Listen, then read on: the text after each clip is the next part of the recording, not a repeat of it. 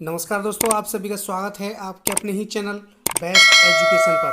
दोस्तों आज की वीडियो में डिस्कस करेंगे हम भारतीय संविधान का पार्ट नंबर 5। ठीक है दोस्तों, ये पार्ट 5 है भारतीय संविधान से। इससे पहले हमने 4 पार्ट ऑलरेडी डिस्कस कर लिए हैं, जो कि दोस्तों 30 क्वेश्चंस के हैं। ठीक है दोस्तों, अगर आपने वो नहीं देखे हैं चारों पार्ट, तो आप लोग हमारे चैनल की प्लेलिस्ट में जाकर के देख सकते हैं। बहुत ही इंपॉर्टेंट वीडियोज़ हैं, बहुत ही इंपॉर्टेंट क्वेश्चंस हैं, जो कि दोस्तों आपकी UP triple S C PET, STET और यूपी टेट तीनों परीक्षाओं के लिए समान रूप से इम्पोर्टेंट है। ठीक है दोस्तों, बहुत ही इंपॉर्टेंट क्वेश्चंस हैं, तो जाके ज़रूर देखिएगा। आज की वीडियो में भी हम दोस्तों 30 क्वेश्चन डिस्कस करेंगे, जो कि भारतीय संविधान से होंगे और बहुत ही इंपॉर्टेंट होंगे। दोस्तों आपका UP triple S C PET का जो एग्ज़ाम है 15 और 16 तारीख में है, और एग्ज़ाम नज़दीक है, आज 10 तारीख है दोस्तों। तो बहुत ही इंपॉर्टेंट वीडियो रहने वाला है आज का। ठीक है दोस्तों, तो वीडियो को पूरा देखिएगा, वीडियो को लास्ट तक जरूर देखिएगा। बहुत ही इंपॉर्टेंट क्वेश्चंस हैं दोस्तों आपकी आने वाली परीक्षाओं के लिए।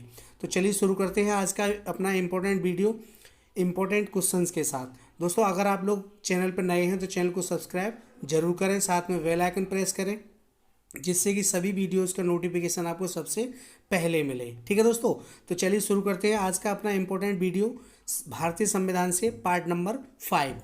ठीक है दोस्तों, और इससे पहले के 4 पार्ट अगर आपने नहीं देखे हैं तो उनको जाके ज़रूर देखिएगा। प्रश्न नंबर 1 है दोस्तों, राज्यसभा का पदेन अध्यक्ष कौन होता है? इंपॉर्टेंट क्वेश्चन है दोस्तों, तो ये होता है उपराष्ट्रपति। ठीक है दोस्तों, राज्यसभा का पदेन अध्यक्ष उपराष्ट्रपति होता है दोस्तों। नेक्स्ट क्वेश्चन देखते हैं, प्रश्न नंबर 2। प्रश्न नंबर 2 है, भारत के महान्यायवादी किस अनुच्छेद में निहित हैं? इंपॉर्टेंट क्वेश्चन है दोस्तों, भारत के महान्यायवादी किस अनुच्छेद में निहित हैं दोस्तों? किस अनुच्छेद के अंतर्गत आते हैं? तो दोस्तों अनुच्छेद 76 के अंतर्गत आते हैं। ठीक है दोस्तों, याद रखिएगा, इंपॉर्टेंट क्वेश्चन है। नेक्स्ट क्वेश्चन देखते हैं, प्रश्न नंबर 3। प्रश्न नंबर 3 है, देश का सर्वोच्च विधि अधिकारी कौन होता है? इंपॉर्टेंट है दोस्तों, देश का सर्वोच्च विधि अधिकारी कौन होता है? तो दोस्तों ये महान्यायवादी होता है। ठीक है दोस्तों, चलिए नेक्स्ट क्वेश्चन देखते हैं दोस्तों। कम समय में अधिक से अधिक तैयारी, यही लक्ष्य है दोस्तों हमारा, और इसीलिए मैंने ये सारे क्वेश्चंस वन लाइनर बनाए हैं दोस्तों। ठीक है, इंपॉर्टेंट है सारे क्वेश्चंस। प्रश्न नंबर 4 है, लोकसभा अध्यक्ष अपना त्यागपत्र किसे देता है? इंपॉर्टेंट क्वेश्चन है दोस्तों, लोकसभा अध्यक्ष अपना त्यागपत्र किसे देता है? तो दोस्तों ये लोकसभा उपाध्यक्ष को देता है। ठीक है दोस्तों, किसको देता है? लोकसभा उपाध्यक्ष को देता है दोस्तों लोकसभा अध्यक्ष अपना त्यागपत्र। ठीक है दोस्तों, उसको अपने पद से जब त्यागना होगा, पद का जो त्यागपत्र होता है वो किसको देना होता है? वो लोकसभा उपाध्यक्ष को देना होता है। ठीक है, चलिए नेक्स्ट क्वेश्चन देखते हैं, प्रश्न नंबर 5। प्रश्न नंबर 5 है, शून्यकाल की अधिकतम अवधि कितनी होती है? तो दोस्तों शून्यकाल जो होता है वो दोस्तों उसकी जो अवधि होती है वो 1 घंटे होती है। ठीक है, शून्यकाल की अवधि 1 घंटे होती है दोस्तों। ठीक है, चलिए नेक्स्ट क्वेश्चन देखते हैं। नेक्स्ट क्वेश्चन है हमारा दोस्तों, शून्यकाल भारत में कब शुरू हुआ? इंपॉर्टेंट है दोस्तों, शून्यकाल भारत में कब शुरू हुआ? तो दोस्तों ये 1962 ईस्वी में हुआ था। ठीक है दोस्तों, कब हुआ था? 1962 ईस्वी से शुरुआत हुई थी शून्यकाल की। चलिए नेक्स्ट क्वेश्चन देखते हैं। अगला है दोस्तों, शून्यकाल किसके लिए होता है? इंपॉर्टेंट है दोस्तों, तीनों ही क्वेश्चन शून्यकाल से क्वेश्चंस बनते हैं, पूछे गए हैं। शून्यकाल किसके लिए होता है? तो दोस्तों जब संसद में अत्यधिक महत्वपूर्ण प्रश्न पूछे जाते हैं तो उसके लिए बनाया गया है दोस्तों ये शून्यकाल। ठीक है दोस्तों, शून्यकाल किसके लिए होता है? जब संसद में अत्यधिक महत्वपूर्ण प्रश्न पूछे जाते हैं तो शून्यकाल के अंतर्गत ही पूछे जाते हैं। ठीक है, जब ही रखा जाता है ये काल। नेक्स्ट क्वेश्चन देखते हैं, प्रश्न नंबर 8। प्रश्न नंबर 8 है, लोकसभा का प्राचीन नाम था। लोकसभा का प्राचीन नाम क्या था दोस्तों? लोकसभा का प्राचीन नाम क्या था? तो दोस्तों ये था हाउस ऑफ द पीपुल। ठीक है दोस्तों, house of the people Lok Sabha का प्राचीन नाम था दोस्तों, पुराना नाम था। ठीक है, अब जो कि लोकसभा है। नेक्स्ट क्वेश्चन देखते हैं, प्रश्न नंबर 9। प्रश्न नंबर 9 है, लोकसभा के प्रथम अध्यक्ष कौन थे? लोकसभा के प्रथम अध्यक्ष कौन थे? तो दोस्तों ये थे गणेश वासुदेव मावलंकर। याद रखिएगा, बहुत ही इंपॉर्टेंट क्वेश्चन है, आईएमपी में लगा लीजिए इसको, इंपॉर्टेंट है दोस्तों, पूछा जा सकता है। ठीक है दोस्तों, लोकसभा के प्रथम अध्यक्ष कौन थे? तो वो थे गणेश वासुदेव मावलंकर। ठीक है, याद रखिएगा, इंपॉर्टेंट क्वेश्चन है। नेक्स्ट क्वेश्चन देखते हैं, प्रश्न नंबर 10 है। प्रश्न नंबर 10, भारतीय संसद का निर्माण किसे मिलाकर होता है? तो भारतीय जो संसद है उसका जो निर्माण होता है वो 3 चीज़ों को मिला के होता है दोस्तों। एक तो हमारा लोकसभा, राज्यसभा और राष्ट्रपति, इन तीनों के मेल से ही हमारा बनता है भारतीय संसद। ठीक है दोस्तों, तो भारतीय संसद का निर्माण किसे मिलाकर होता है? लोकसभा, राज्यसभा और राष्ट्रपति। ठीक है, बहुत ही इंपॉर्टेंट है दोस्तों। अगर आपने इससे पहले के वीडियो नहीं देखे हैं वो जाकर के ज़रूर देखिएगा, चैनल की प्लेलिस्ट में मिल जाएंगे। बहुत ही इंपॉर्टेंट हैं, सारे क्वेश्चंस बहुत ही लाभदायक होने वाले हैं आप लोगों के लिए एग्ज़ाम की दृष्टि से, तो ज़रूर देखिएगा उनको, बहुत ही इंपॉर्टेंट है। ठीक है दोस्तों, और अगर आप लोगों ने भूगोल और इतिहास की वो वीडियो नहीं देखी है तो वो भी देखिए जा करके, वो भी चैनल की प्लेलिस्ट में मिल जाएंगी। बहुत ही इंपॉर्टेंट है UPSSC पैट के लिए, पर्सनली उसी पर्पज से बनाई गई हैं दोस्तों। ठीक है, प्रश्न नंबर 11 है, भारत के प्रधानमंत्री की नियुक्ति कौन करता है? इंपॉर्टेंट है दोस्तों, भारत के प्रधानमंत्री की नियुक्ति कौन करता है? तो दोस्तों ये राष्ट्रपति करता है। ठीक है दोस्तों, भारत के जो प्रधानमंत्री की जब नियुक्ति होती है तो राष्ट्रपति ही उनकी नियुक्ति करते हैं दोस्तों। ठीक है, चलिए नेक्स्ट क्वेश्चन देखते हैं, प्रश्न नंबर 12।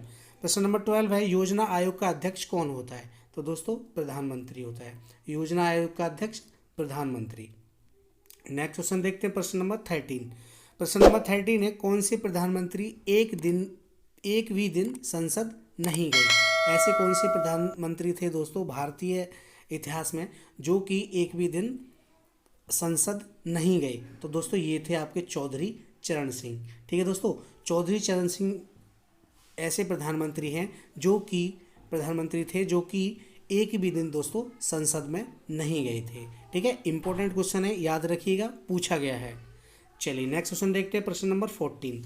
प्रश्न नंबर 14 है, 7वीं अनुसूची में किसका उल्लेख किया गया है? इंपॉर्टेंट है दोस्तों, अनुसूचियों से बहुत सारे क्वेश्चंस परीक्षाओं में बनते हैं और पूछे गए हैं दोस्तों।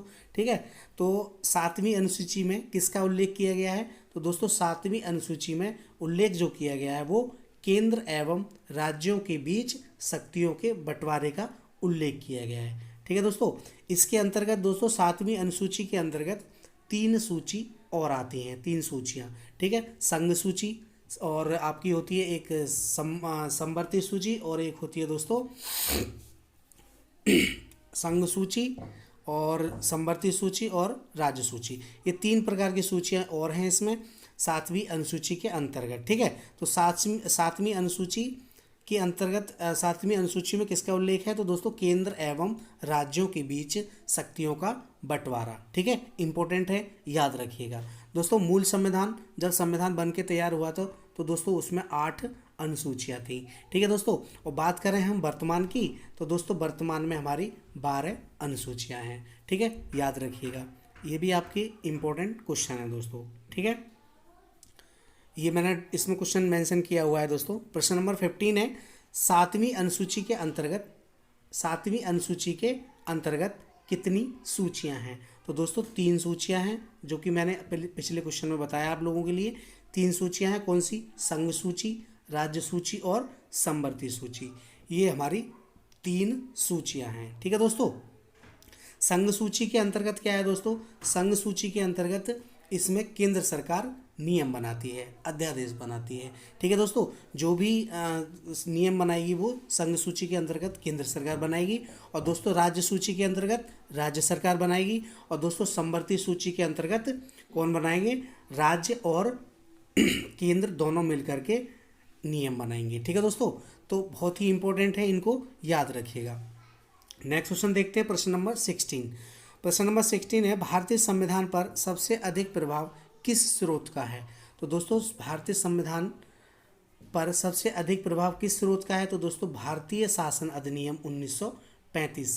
ठीक है दोस्तों, जो कि ये दोस्तों ब्रिटिश राज्य जब था तब ये संविधान था ब्रिटिश राज्य का, 1935 भारतीय शासन अधिनियम। इसके अंतर्गत भारतीय संविधान में बहुत कुछ लिया गया है, और सबसे ज़्यादा जो स्रोत मिलता है वो 1935 से ही मिलता है भारतीय संविधान में। ठीक है दोस्तों, अदर कंट्रीज़ भी हैं, रूस है और आपका ब्रिटेन है, अमेरिका है, आयरलैंड है, कनाडा है, वहाँ से भी हमने, वहाँ के संविधान से भी हमने बहुत सारी चीज़ों को इंक्लूड किया है अपने भारतीय संविधान में। तो भारतीय संविधान पर सबसे अधिक जो प्रभाव है वो दोस्तों भारतीय शासन अधिनियम 1935 का है। ठीक है दोस्तों, संविधान 26 जनवरी 1950 जब लागू हुआ, उससे पहले जब हमारा देश ब्रिटिश सरकार के अधीन था, ठीक है, ब्रिटिश सरकार का शासन था, तो उसमें ये भारतीय शासन अधिनियम 1935 ही लागू था दोस्तों। ठीक है, इम्पोर्टेंट है, याद रखिएगा। नेक्स्ट क्वेश्चन देखते हैं, प्रश्न नंबर 17। प्रश्न नंबर 17 है, भारतीय संविधान की प्रक्रिया किस देश से ली गई है। दोस्तों, भारतीय संविधान में संशोधन की प्रक्रिया, सॉरी दोस्तों, संशोधन की प्रक्रिया किस देश से ली गई है। तो दोस्तों ये दक्षिण अफ्रीका से ली गई है। ठीक है दोस्तों, संविधान में संशोधन की प्रक्रिया किस देश से ली गई है। तो दोस्तों दक्षिण अफ्रीका से ली गई है। भारत में जितने भी संशोधन हुए हैं वो इसी के तहत हुए हैं दोस्तों। ठीक है, ये जो प्रक्रिया है, ये हमने संविधान संशोधन की जो प्रक्रिया है वो दक्षिण अफ्रीका से ली है, दक्षिण अफ्रीका के संविधान से अपने संविधान में ली है दोस्तों। ठीक है, इंपॉर्टेंट है, याद रखिएगा। नेक्स्ट क्वेश्चन देखते हैं, प्रश्न नंबर 18। प्रश्न नंबर 18 है, संविधान निर्माण के समय कितनी अनुसूचियाँ थीं। जो कि मैंने आपको पीछे बताया, तो दोस्तों 8 अनुसूचियाँ थीं। ठीक है, वर्तमान में इनकी संख्या है दोस्तों 12। ठीक है, याद रखिएगा। नेक्स्ट क्वेश्चन देखते हैं, प्रश्न नंबर 19। प्रश्न नंबर 19 है, संविधान में नीति निर्देशक सिद्धांत किस देश से लिए गए हैं। तो दोस्तों ये आयरलैंड से लिए गए हैं। ठीक है दोस्तों, किससे लिए गए हैं, आयरलैंड से। नेक्स्ट क्वेश्चन देखते हैं, प्रश्न नंबर 20। प्रश्न नंबर 20 है, प्रस्तावना की भाषा तथा समवर्ती सूची का प्रावधान किस देश से लिया गया है। तो दोस्तों ये ऑस्ट्रेलिया से लिया गया है। ठीक है दोस्तों, समवर्ती सूची और प्रस्तावना कहाँ से ली गई हैं, ये ऑस्ट्रेलिया से ली गई हैं, ऑस्ट्रेलिया के संविधान से ली गई हैं। बहुत ही इंपॉर्टेंट है दोस्तों, कई बार पूछा गया है। प्रस्तावना की भाषा, समवर्ती सूची का प्रावधान कहाँ से लिया गया है। तो ये दोस्तों ऑस्ट्रेलिया से लिया गया है। नेक्स्ट क्वेश्चन देखते हैं, प्रश्न नंबर 21। प्रश्न नंबर 21 है, किस देश का संविधान अलिखित है। किस देश का संविधान अलिखित है। दोस्तों लिखा हुआ नहीं है, तो ये है ब्रिटेन का। ब्रिटेन का जो संविधान है दोस्तों वो लिखित नहीं है। ठीक है दोस्तों, अमेरिका का संविधान लिखित है, लेकिन ब्रिटेन का संविधान कैसा है, अलिखित है, लिखित नहीं है। भारत का संविधान लिखित है। ठीक है दोस्तों, और भारत का जो संविधान है वो विश्व में सबसे बड़ा, सबसे विस्तृत संविधान है। ठीक है दोस्तों, हमारा जो भारत का संविधान है वो सबसे बड़ा और विस्तृत है और लिखित है। ठीक है चलिए नेक्स्ट क्वेश्चन देखते हैं, प्रश्न नंबर 22। प्रश्न नंबर 22 है, भारतीय प्रजातंत्र किस तथ्य पर आधारित है। दोस्तों भारतीय प्रजातंत्र जो है वो किस तथ्य पर आधारित है। तो दोस्तों जनता को सरकार चुनने व बदलने का अधिकार, इस तथ्य पर आधारित है। जनता के द्वारा ही सरकार चुनी जाती है और जनता के द्वारा ही सरकार चेंज की जाती है, बदली जाती है। ठीक है दोस्तों, इंपॉर्टेंट है, याद रखिएगा। भारतीय प्रजातंत्र, ठीक है, किस तथ्य पर आधारित है, जनता को सरकार चुनने व बदलने का अधिकार। ठीक है, जनता के हाथ में ही होता है सरकार को चुनना या सरकार को बदलना। ठीक है, अपने हाथ में कुछ नहीं होता है, क्योंकि भारत में वंशानुगत शासन नहीं है दोस्तों। ठीक है, भारत में जो भी किसी भी दल का नेता चुना जाएगा वो जनता के माध्यम से ही चुना जाता है। ठीक है, चलिए नेक्स्ट क्वेश्चन देखते हैं, प्रश्न नंबर 23। प्रश्न नंबर 23 है, 12वीं अनुसूची को संविधान में कब जोड़ा गया। इंपॉर्टेंट अनुसूची है दोस्तों, ये लास्ट जो है हमारी 12वीं अनुसूची को संविधान में कब जोड़ा गया। तो दोस्तों ये 74वें संशोधन में जोड़ा गया था 1993 ईस्वी में। ठीक है दोस्तों, संशोधन कौन सा था, 74वां। ठीक है, सन कौन सी थी दोस्तों, 1993। ठीक है, 1993 में 74वें संशोधन के तहत 12वीं अनुसूची को जोड़ा गया था। और दोस्तों 12वीं अनुसूची में उल्लेख किसका है, तो दोस्तों शहरी क्षेत्र की स्थानीय स्वशासन संस्थाओं का। ठीक है, इसमें इसका उल्लेख किया गया है। और दोस्तों इसमें विषय कितने हैं, 12वीं अनुसूची में कितने विषय हैं, तो 18 विषय हैं। ठीक है, याद रखिएगा, इंपॉर्टेंट है। नेक्स्ट क्वेश्चन देखते हैं, प्रश्न नंबर 24। प्रश्न नंबर 24 है, नेहरू जी ने उद्देश्य प्रस्ताव कब पास किया। तो दोस्तों नेहरू जी ने उद्देश्य प्रस्ताव कब पास किया था। बात करें हम उद्देश्य प्रस्ताव की, तो दोस्तों 13 दिसंबर 1946 को किया था। ठीक है दोस्तों, कब किया था, 13 दिसंबर 1946 को। याद रखिएगा, बहुत ही इंपॉर्टेंट क्वेश्चन है। 13 दिसंबर 1946 को क्या हुआ था, उद्देश्य प्रस्ताव पास हुआ था। किसके द्वारा, नेहरू जी के द्वारा। नेक्स्ट क्वेश्चन देखते हैं, प्रश्न नंबर 25। प्रश्न नंबर 25 है, भारत में संविधान लागू हुआ। भारत में संविधान कब लागू हुआ था? तो दोस्तों 26 जनवरी 1950 को हुआ था, जो कि प्रतिवर्ष हम गणतंत्र दिवस के रूप में मनाते हैं। ठीक है दोस्तों, गणतंत्र दिवस क्यों मनाया जाता है? वो इसीलिए मनाया जाता है कि हमारा भारतीय संविधान 26 जनवरी 1950 को लागू हुआ था। उसी के उपलक्ष्य में हम गणतंत्र दिवस प्रत्येक 26 जनवरी को मनाते हैं दोस्तों, प्रत्येक वर्ष। ठीक है, इम्पोर्टेंट है, बहुत ही इम्पोर्टेंट क्वेश्चन है, सैकड़ों बार पूछा गया क्वेश्चन है, तो दोस्तों इसको भी आप अच्छे से याद कीजिएगा। प्रश्न नंबर 26 है, प्रश्न नंबर 26 है, संविधान सभा की संघीय समिति के अध्यक्ष कौन थे? संघीय समिति, ठीक है दोस्तों, संघीय समिति के अध्यक्ष कौन थे? तो दोस्तों ये थे जवाहरलाल नेहरू। संविधान की जो सभा थी उसमें संघीय समिति के अध्यक्ष जवाहरलाल नेहरू थे।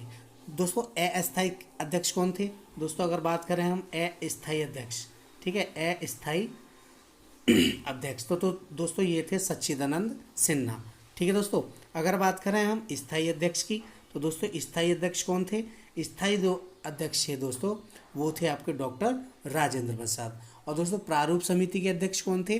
तो दोस्तों प्रारूप समिति के अध्यक्ष थे डॉक्टर भीमराव अंबेडकर। ये इंपॉर्टेंट है, इनको जरूर याद रखिएगा। ठीक है दोस्तों, तो संविधान सभा की संघीय समिति के अध्यक्ष कौन थे दोस्तों? जवाहरलाल नेहरू। नेक्स्ट क्वेश्चन देखते हैं, प्रश्न नंबर 27। प्रश्न नंबर 27 है, संविधान सभा ने भारत के संविधान को कब स्वीकृत किया? दोस्तों ये दो क्वेश्चन कन्फ्यूजन वाले बहुत बनते हैं, स्वीकृत करना और एक लागू करना। ठीक है दोस्तों, तो स्वीकृत जो किया था भारतीय संविधान सभा ने स्वीकृत किया था। और दोस्तों कब किया था? तो दोस्तों ये 26 नवंबर 1949 को किया था। ठीक है दोस्तों, 26 नवंबर 1949 को किया था। ठीक है दोस्तों, स्वीकृत। और लागू कब किया था? तो दोस्तों 26 जनवरी 1950 को किया था। कन्फ्यूजन वाले हैं, कोई भी कन्फ्यूजन नहीं होना चाहिए, इंपॉर्टेंट क्वेश्चन है, याद रखिएगा। संविधान सभा ने भारत के संविधान को कब स्वीकृत किया?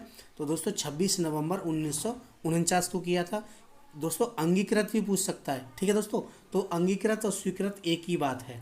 तो 26 नवंबर 1949 को किया था और लागू 26 जनवरी 1950 को।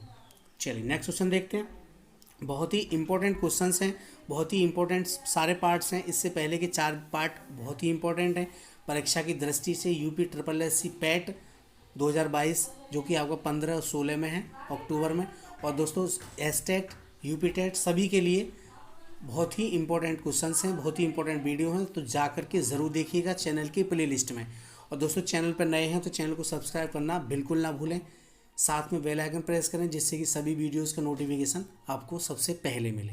और दोस्तों अगर प्रयास अच्छा लग रहा है तो वीडियो को लाइक कर दीजिए और वीडियो को ज़्यादा से ज़्यादा दोस्तों में शेयर कीजिए। ठीक है दोस्तों, प्रश्न नंबर 28। प्रश्न नंबर 28 है, भारत का मिनी संविधान कौन सा अधिनियम कहलाता है? दोस्तों भारत का जो मिनी संविधान है वो कौन सा अधिनियम कहलाता है? तो दोस्तों 42वां संविधान संशोधन 42वां। ठीक है दोस्तों, 42वां संविधान संशोधन जो है वो भारत का मिनी संविधान कहलाता है। इंपॉर्टेंट है, याद रखिएगा, कई बार पूछा गया है। नेक्स्ट क्वेश्चन देखते हैं, प्रश्न नंबर 29। प्रश्न नंबर 29 है, भारतीय संविधान सभा की झंडा समिति के अध्यक्ष कौन थे? दोस्तों झंडा समिति के अध्यक्ष कौन थे? ठीक है, तो ये थे JB कृपलानी। ठीक है दोस्तों, झंडा समिति के अध्यक्ष JB कृपलानी। ठीक है दोस्तों, स्थायी अध्यक्ष डॉक्टर राजेंद्र प्रसाद, संघीय समिति के जवाहरलाल नेहरू, अस्थायी सच्चिदानंद सिन्हा, प्रारूप समिति के डॉक्टर भीमराव अंबेडकर। ठीक है, तो संविधान सभा की झंडा समिति के अध्यक्ष कौन थे? झंडा समिति के अध्यक्ष JB कृपलानी, याद रखिएगा। चलिए नेक्स्ट क्वेश्चन देखते हैं, प्रश्न नंबर 30। प्रश्न नंबर 30 है दोस्तों हमारा, स्वतंत्रता के बाद भारत का संविधान लागू होने तक शासन किसके अंतर्गत चलाया गया? तो दोस्तों स्वतंत्रता के बाद जब भारतीय संविधान लागू हुआ था, लागू होने तक शासन जो चला था वो किसके अंतर्गत चला था? तो दोस्तों मैंने आपको बताया 1935 के तहत, भारतीय शासन अधिनियम 1935 के तहत चला था, भारतीय संविधान लागू होने से पहले। ठीक है दोस्तों, स्वतंत्रता के बाद भारत का संविधान लागू होने तक शासन किसके अंतर्गत चला गया? 1935 के अंतर्गत। ठीक है, भारत सरकार अधिनियम के अनुसार। ठीक है, भारत सरकार अधिनियम 35 के अंतर्गत चलाया गया था। ठीक है दोस्तों, तो ये थे मोस्ट 20 क्वेश्चंस। वीडियो कैसा लगा दोस्तों कमेंट करके ज़रूर बताइएगा, और चैनल पर नए हैं तो चैनल को सब्सक्राइब जरूर कीजिएगा। दोस्तों UP triple S C PET के लिए, एस टेट के लिए और यूपी टेट के लिए ये बहुत ही इंपॉर्टेंट क्वेश्चंस हैं। तो दोस्तों प्रयास अगर अच्छा लगा हो तो वीडियो को लाइक कर दीजिए, चैनल को सब्सक्राइब कर लीजिए, साथ में बेल आइकन प्रेस कर लीजिए, जिससे कि सभी वीडियोज़ का नोटिफिकेशन मिले सबसे पहले। जो भी इंपॉर्टेंट वीडियो आपके पास सीधा आएंगी वो किसके तहत आएंगी, तो दोस्तों बेल आइकन के तहत ही आएंगी, क्योंकि बेल आइकन आप प्रेस नहीं करेंगे तो पता नहीं चलेगा वीडियो का नोटिफिकेशन। तो वीडियो को ज़्यादा से ज़्यादा दोस्तों में शेयर करना बिल्कुल ना भूलें, और दोस्तों प्रयास कैसा लगा कमेंट करके ज़रूर बताएं। तो मिलते हैं अगली वीडियो में, तब तक के लिए जय हिंद, जय भारत, धन्यवाद दोस्तों। इस वीडियो में इतना ही।